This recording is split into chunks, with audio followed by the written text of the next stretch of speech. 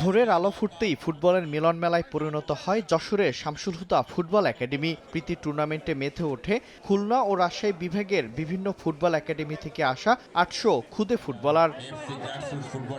দিনব্যাপী এই ফুটবল উৎসবে ভিন্নমাত্রা যোগ করে দেশি বিদেশি হাই প্রোফাইল অতিথিদের উপস্থিতি। অনুষ্ঠানে বিশেষ আকর্ষণ হিসেবে উপস্থিত ছিলেন জাতীয় সংসদের স্পিকার মেজর অবসরপ্রাপ্ত হাফিজউদ্দিন আহমেদ, বাফুফের সভাপতি তাভিত আউয়াল, আর্জেন্টিনার রাষ্ট্রদূত মার্সেলো চার্লোস এবং পাকিস্তানের trade and investment attache Zayan জাজিস। এমন আয়োজনে আসতে পেরে উচ্ছ্বাস প্রকাশ করে খুদে ফুটবলাররা। ছোটবেলা থেকে ইচ্ছা যে আমি এখানে বাংলাদেশের ন্যাশনাল প্লেয়ার হব, ফুটবল প্লেয়ার হব। সেই ইচ্ছা পূরণের জন্য আমি এখানে খেলা করতে আসছি। এখানে খেলা করতে এসে আমার খুবই ভালো লাগছে। আজকের দিনটা অনেক সুন্দর, ভালো লাগছে। এই ধরনের একটা আয়োজন আমাদের আরো উৎসাহিত করে তোলে, ফুটবলার হওয়াতে আরো উৎসাহিত করে তোলে। বাংলাদেশের বুকে যে এত সুন্দর একটা একাডেমি আছে, এখানে না আসলে আমরা বুঝতে পারতাম না।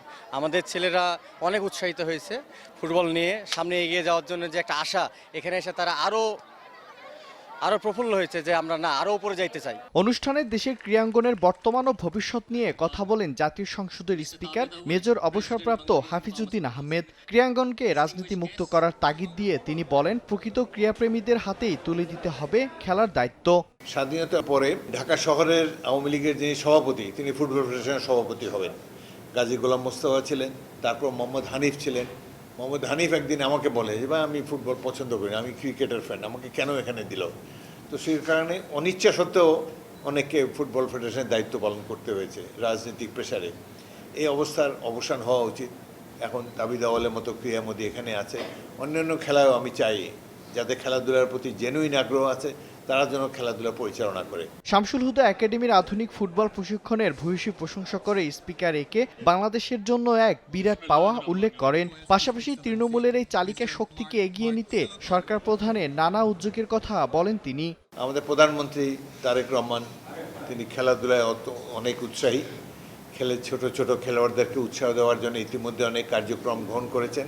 এদিকে ফুটবল ও দেশের সামগ্রিক ক্রীড়া কাঠামো নিয়ে সরকারের সুদূর প্রসারী ও মেগা পরিকল্পনার কথা জানান বাফুফের সভাপতি তাভিত আউয়াল। স্টেডিয়াম না, স্টেডিয়ামের আশেপাশে অত সার্ভিস সাপোর্ট দরকার।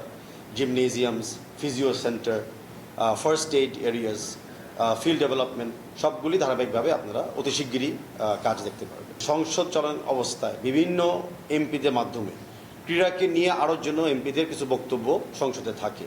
সংসদে ক্রীড়া আইন নিয়ে যেন আরও ইতিবাচক সমালোচনা এবং আলোচনা হয়।